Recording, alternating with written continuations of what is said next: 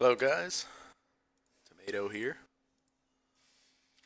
Um, Gone by a couple different names in a couple different games. Most recently, Lame Bois in Diablo 3.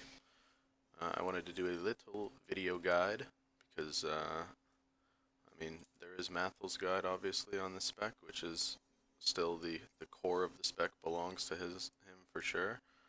Um, but I did change up a couple things that not too much, honestly.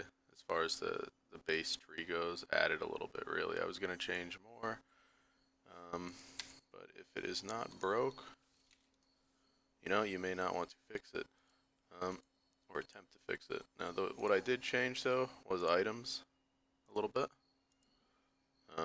He had the weapons, like on point, 100% with Binos and Death's Hand, obviously. Um, One second, just want to get this trade done. So he had his weapons done, like, this is the perfect setup for the Blade Fury Assassin, Blade Flurry Assassin. Um, it's all very similar. However, I didn't opt to go with the Stark Andreas. I'm gonna show you why. Because obviously because I landed a great enchant here, or had it gifted to me rather. But you have the accuracy here, which is huge. It's got a little less life, but you are getting some solid resistances here. So I just can't see the 10 attack speed, a little bit of crit being worth. If I got the enchant, maybe I'd mess with it, but I really like having resistances. Being capped out there, overcapped. Can't ever have too many resistances, in my opinion. Um, so let me show you what we have going on here in our defense. Um, okay, so basic armor. Oh, here's where the change was in items rather. I don't mean to jump around, but the main change here was going to Duressos for endurance charges. This is how we're gonna keep our 3 endurance charges up at all times, and you're gonna get permanent onslaught pretty much here. Which is like really, really, really awesome for mapping. Cannot even speak to how nice it is. You do move pretty quick. I'm a little bit slower of a player anyway. I'm an old man now. Don't have the twitch reflexes that I used to. But this is a great chess piece. I feel like this is the best in slot chess piece for this. After using Belly of the Beast, after using what's the other one that I used? Carcass Jack for a while. I absolutely loved Carcass Jack. It was a blast to play with. Used a rare evasion chest also. You can see we have pretty high evade and dodge chance. I was using this to keep me over 50% evasion though. If I can find it. This bad boy. So it's a very nice chest to go with. But honestly, when I hit the Exile, I bought this for 1 chaos on the on PoE.trade. I hit it with 1 Jeweler's Orb and it 6 socketed itself. And then I hit it with 1 Fusing Orb and I hit the ultimate RNG. I probably lost my RNG forever, even though I've 6L'd like 4 chests in this league so far. Um, but the 1-1-6 socket was pretty amazing. I wish I was recording for that. But anyway, back to this though. Having permanent onslaught while you're mapping is awesome. Having the endurance charges for your cast when damage takeout setup is awesome. It's just a great setup overall. The life leech, that little extra life leech you get is pretty nice too. It's a bonus there. Now, what you also have here, I went with the just rare gloves with accuracy, evasion. What do you want, buddy? Okay, I'm gonna get my son Fruit Loops, and we'll come back to this.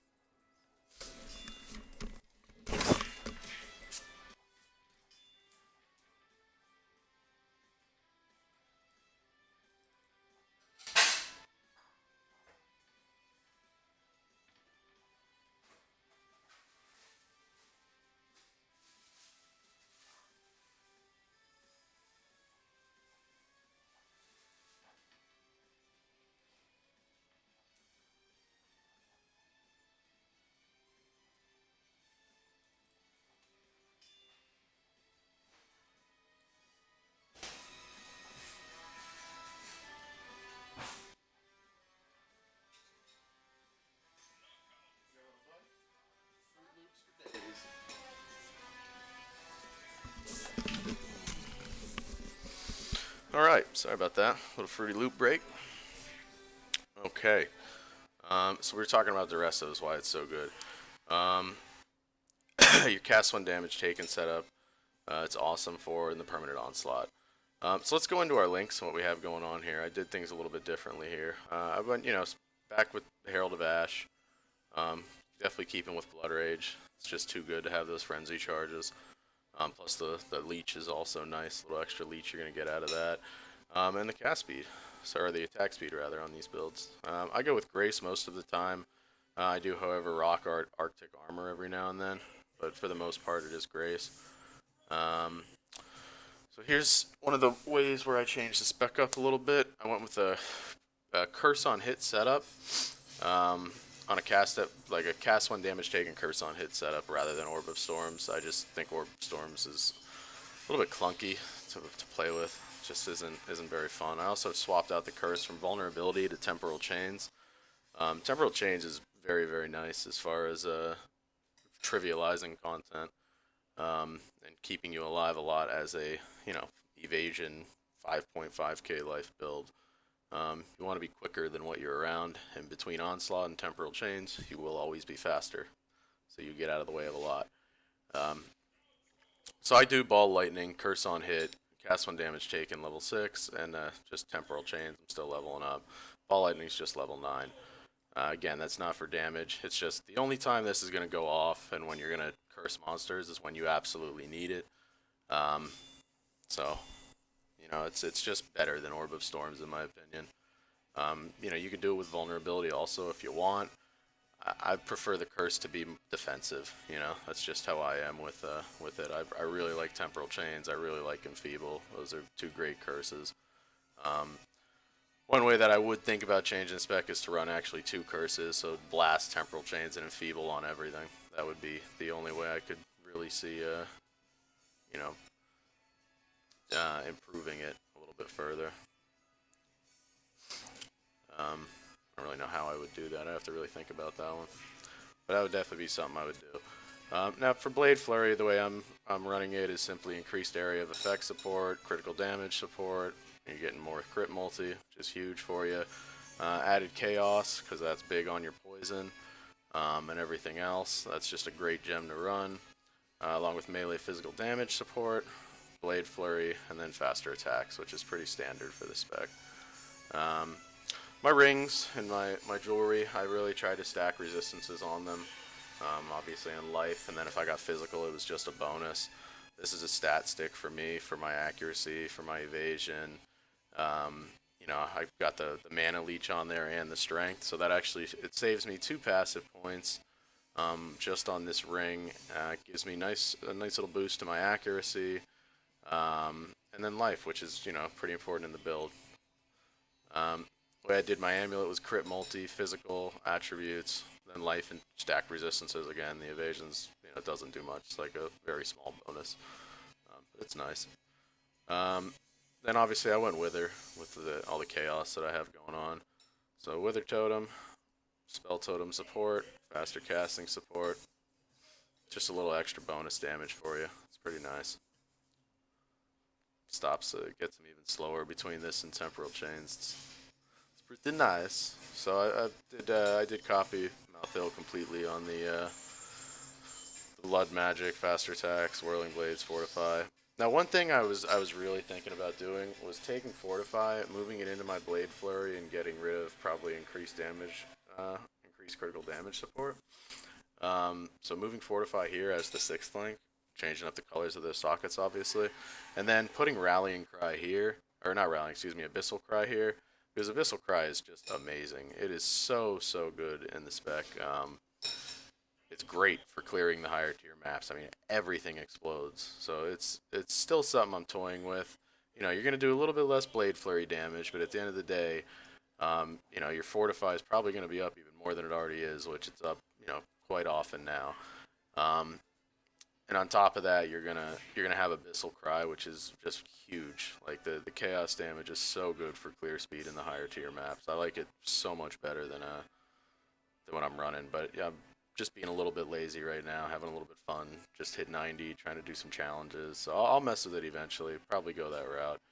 Then my cast when damage taken setup here is just cast when damage taken, increased duration, immortal call, and I threw my ice golem here because I am not. Ain't nobody got time to summon ice golems. That is just the way I feel about that. Um, the ice golem, the golem mechanics in this game in general are ridiculous. They just die and die and die. Doesn't matter what level they are. Um, obviously because we're just using them for a buff and it's not like our main spec or anything. But yeah, no, thank you. Ain't nobody got time to summon ice golems, so I 4-link it with that cast when damage taken. I think this setup's pretty awesome, honestly. Like I said, the only thing I may change in the future is running Fortify in my 6L Blade Flurry and getting Abyssal Cry because it's just awesome. I mean, as far as this setup goes, you can't go wrong with it. You're not wasting time casting Orb of Storms. You never really use your Wither Totem unless there's a breach opening or a boss fight. That's how I play it, at least. So you're just running around, flying around the map, popping Blade Flurries everywhere.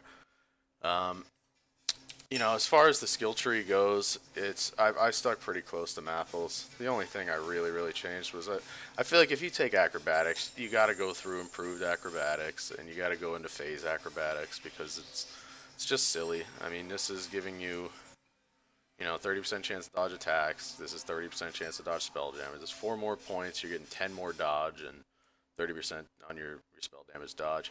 Push the build back to like level 91 when you do that because you still need this, the Heartseeker, and this is where I skimped. I went for life nodes and whatnot first, jewelry nodes. The 40 crit multi is nice, but I feel like that's just like a bonus in the end. My ring saved me from needing this node and this node to equip the gear I'm using because I had to stack more strength for Duressos. After the crit multi-node, I would probably move down here, grab dual wield damage, Dervish, keep going. You get the dual wield attack speed, a little more attack speed, some more physical. Come down here. So this is 92, 93, 94, 95, 96, 97, 98, 99, or 98, 99. You pick. It's like a dealer's choice. Do you want a jewel or do you want 15% life and more life regen? Personally, I feel like the damage is fine on this spec. It's more than fine.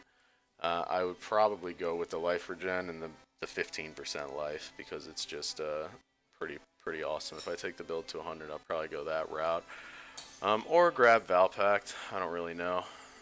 What I would which one I officially want to go to. But I don't think you need Valpact in the build at all. You just don't need it. It's just not important. So I think ditching Valpact and sticking with life regen and more life is probably the best way to go. Yeah, buddy? Dude, you can't. You had way too many Fruit Loops. We can get you like a peanut butter sandwich. Can I like have Cheerios? Why more cereal? Is that all you eat? What? I love cereal. Alright. Cheerios then, not Fruit Loops. I mean, I'm sure. Parenting. Alright, well, I made the little guide video. I've been wanting to do this for a few days. Never really have any time, but it's kind of late tonight and it's Friday and no work, so enjoy. I hope this video helps you out on your Blade Flurry Assassin destination journey. Have a good day. Tomato out.